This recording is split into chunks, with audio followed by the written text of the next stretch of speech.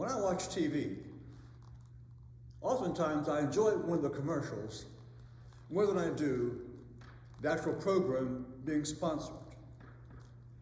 There's a new Mercedes-Benz commercial, which shows a family sitting on the living room sofa, watching via Zoom or via something, a new car being demonstrated by a salesperson.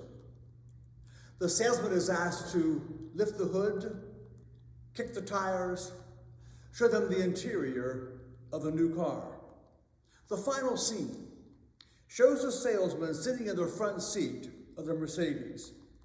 He is pushing the button that lowers the back of the front seat so that he is almost laying down.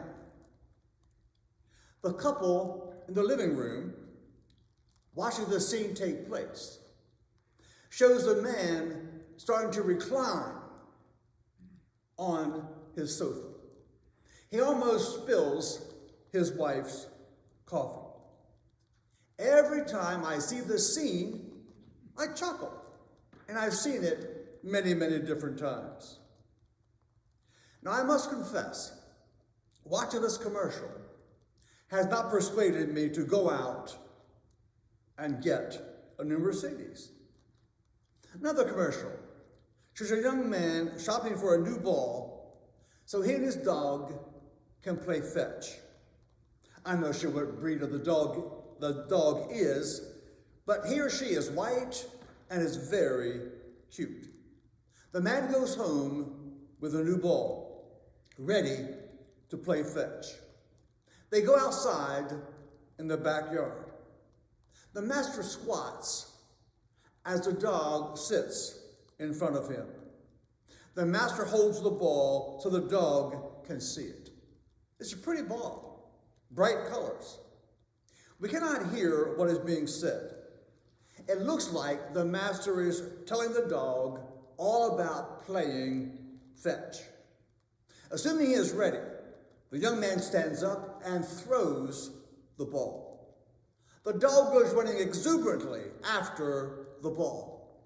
In a few moments, the dog returns to his master. He does not have the new ball in his mouth. Instead, he has a piece of a stick. Now, the young man's face is priceless. His face shows astonishment, maybe some frustration, also some amusement, and maybe even a little bit of disappointment. The end result is not what he expected, not what he had planned, not what he wanted, not what he hoped for. The new ball was lost somewhere in the backyard.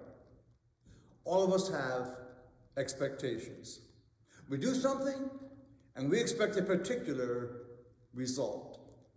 We go to the doctor, and we explain our symptoms, and we expect to receive help. Maybe a special pill or a special lotion, something that will make us feel better. When you and I pray, we expect God to oftentimes respond in a certain way. When we pray, we ask God to do what we want. It's frustrating to pray and not receive what we want. The prophet Isaiah says in chapter 40, O Jacob, O Israel, how can you say, the Lord doesn't see your troubles and isn't being fair? Don't you understand? Don't you know by now that the everlasting God, the creator of the farthest parts of the earth, never grows faint or weary? No one can fathom the depth of God's understanding. God gives power to the tired and worn out, and strength to the weak. God gives power to those of us who are tired, to those who are worn out. He gives strength to those who are weak. God gives us strength and God gives us power, even though we oftentimes do not receive exactly what it was for which we prayed. God is ready to meet us where we are. God is always ready to give us the strength we need in this time of pandemic. And God is ready to give us the strength we will need approaching the twin-demic, which Pastor Dale spoke about in a recent sermon. The twin-demic is a double whammy: COVID-19 and the approaching flu season. You know, God has been with us in the past, and God will be with us in the future. God is always with us, no matter what we expect, no matter what we face. Pandemic or twin-demic, the prophet Isaiah still assures us, the everlasting God, the creator of the farthest parts of the earth, never grows faint or weary. God gives power to the tired and worn out. God gives strength to the weak.